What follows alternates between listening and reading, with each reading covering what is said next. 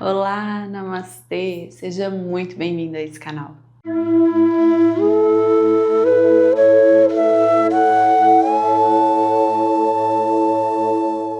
A prática de yoga é algo milenar. Muitos anos antes de Cristo ainda já se praticava o yoga, mas era praticado por um grupo muito restrito de pessoas. E o yoga era passado de boca em boca, então era um seleto grupo que tinha autorização de aprender a respeito daquela filosofia, daquela arte, daquela ciência, tudo por trás do yoga. Então era algo que não era acessível principalmente às mulheres e ao povo de um modo geral.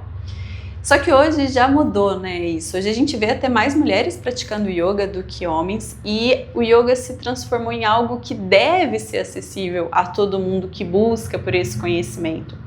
E no Brasil, esse movimento de trazer o yoga é algo relativamente recente. Quem é considerado o pai do yoga no Brasil é o professor Hermógenes. O professor Hermógenes nasceu em 1921 e em 1960, mais ou menos na década de 60 mesmo, ele fundou a primeira escola, a primeira academia de yoga no Rio de Janeiro. O professor Hermógenes foi então o pioneiro, quem trouxe o yoga para o Brasil. E ele é responsável por algumas obras, entre elas o primeiro livro de yoga que eu li, que eu recomendo super se você tem interesse em começar a estudar um pouquinho a respeito disso, é o Autoperfeição com Hatha Yoga. Eu li esse livro antes mesmo de fazer o curso de formação. Eu já praticava yoga, eu já tinha me apaixonado pelo yoga e eu queria aprender um pouquinho mais. E esse livro é um livro bem bacana porque ele traz uma linguagem muito simples sobre o que é o yoga, é muito fácil de ler e é muito aplicado, então não é recheado só de teorias. Tem muitas posturas, muitos benefícios das posturas, benefícios da respiração. O professor Hermógenes foi alguém que encontrou o yoga em um momento da vida em que ele foi diagnosticado com uma doença rara, uma doença que não tinha cura na época, era um tipo raro de artrite, que limitaria muito os seus movimentos, limitaria muito a sua qualidade de vida. E na época não tinha tratamento para isso, era meio que aceitar esse diagnóstico. Mas o professor Hermógenes não aceitou tão fácil assim, e ele buscou conhecer o yoga e usar o yoga nele mesmo, então ele foi o seu próprio experimento. E ele trouxe essas técnicas, ele viu o quanto a vida dele melhorou com as práticas de posturas, com as práticas de respiração. E então ele escreveu alguns livros, se eu não me engano, não tenho certeza sobre essa informação, mas eu acredito que esse livro foi o primeiro livro dele. E ele trouxe realmente com uma linguagem bem fácil para quem quiser aprender um pouquinho sobre o yoga, para quem quiser aplicar o yoga na sua vida. Porque o yoga, eu acho que é muito isso, é você sentir. Então, a gente começa a entender, a se familiarizar com o yoga praticando. Então, se você começa a assistir alguma aula de yoga e fazer aquele exercício, ir em alguma aula de yoga, começa a sentir aquilo no seu próprio corpo. Uma aula que você faz de yoga, você já sente aquilo no seu próprio corpo. Você já sente um bem-estar físico e isso passa para o seu bem-estar emocional, para uma mente mais tranquila, e aí você começa então a despertar essas outras camadas do yoga que não são tão visíveis. Quando a gente fala de yoga, visual são as posturas, né? A gente consegue interpretar o yoga visualmente com os asanas, as posturas do yoga, mas é muito mais que isso. Então, essa é uma referência bem bacana se você quiser começar a ler um pouquinho sobre o yoga, eu super recomendo. Também do professor Hermógenes tem o Yoga para Nervosos, que também é um livro bem bacana, eu não tenho ele aqui agora, mas também é um livro bem bacana, e outras obras do professor Hermógenes que eu super recomendo para ler e para aprofundar um pouquinho mais no tema. Depois disso, depois que você já começou a entender, se familiarizar com o yoga, tem um livro que é quase um livro de cabeceira, ou melhor, da cabeceira do tapetinho, né? Que esse aqui ele é um livro bem pesado, é A Luz sobre o Yoga, e ele é pelo Iyengar. O Iyengar foi quem trouxe o yoga para o ocidente, então o yoga era algo só do oriente, só dos orientais, e o Iyengar então começou a abrir as portas do yoga e fazer com que o yoga de fato fosse algo não só para uma elite da população, mas sim para todo mundo. Vocês vão ver que aqui tem posturas que são super desafiadoras. O Iyengar, são fotos do próprio Iyengar. Mas é um livro bem bacana, porque logo no começo do livro, antes da gente entrar nas posturas de fato, ele traz alguns ensinamentos morais, vamos dizer assim, do yoga. E eu queria hoje aqui falar com vocês a respeito de dois ensinamentos, dois ensinamentos que eu gosto de falar a todo o começo das minhas aulas, para quando tem algum aluno novo, porque eu acho que é algo que se aplica muito ao dia a dia da nossa vida e principalmente na prática do nosso tapetinho.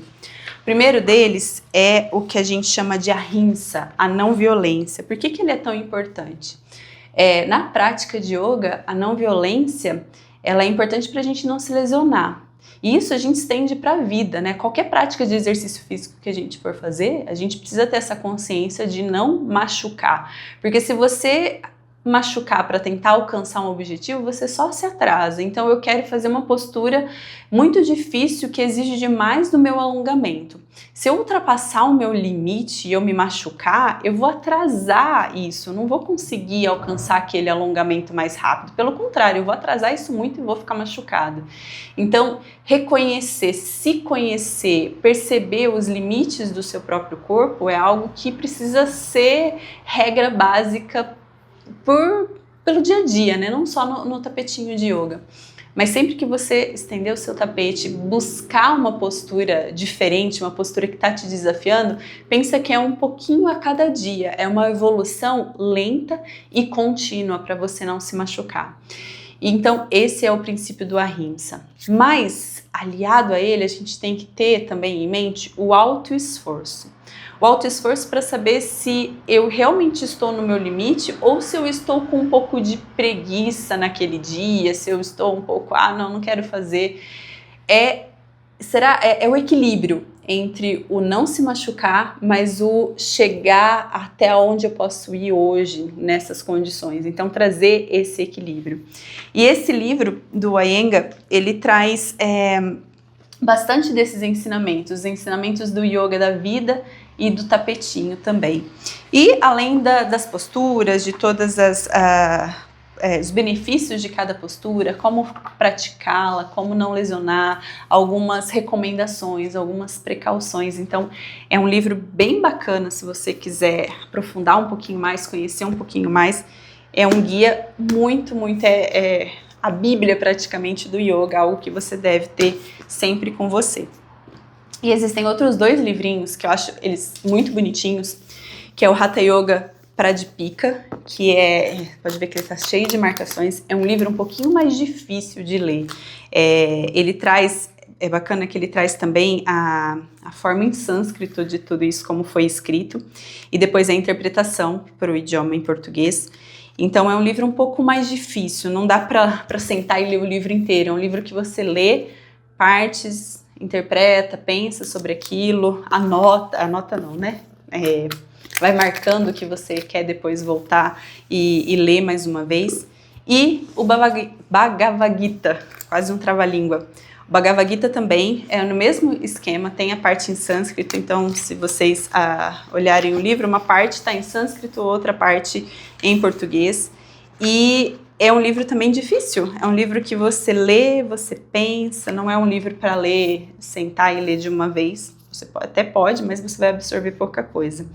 Então são livros mais clássicos, e aí você começa a entender a importância do que o professor Hermógenes fez, né? O que ele trouxe de valioso para a gente nessa interpretação mais simplificada sobre o que é o yoga, para como a gente aplica o yoga na nossa vida.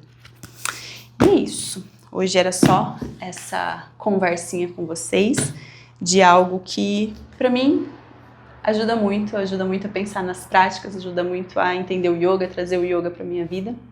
E eu espero que esse vídeo tenha servido para despertar um pouquinho mais o interesse, a curiosidade de vocês a respeito dessa prática tão valiosa que é o yoga. Namastê!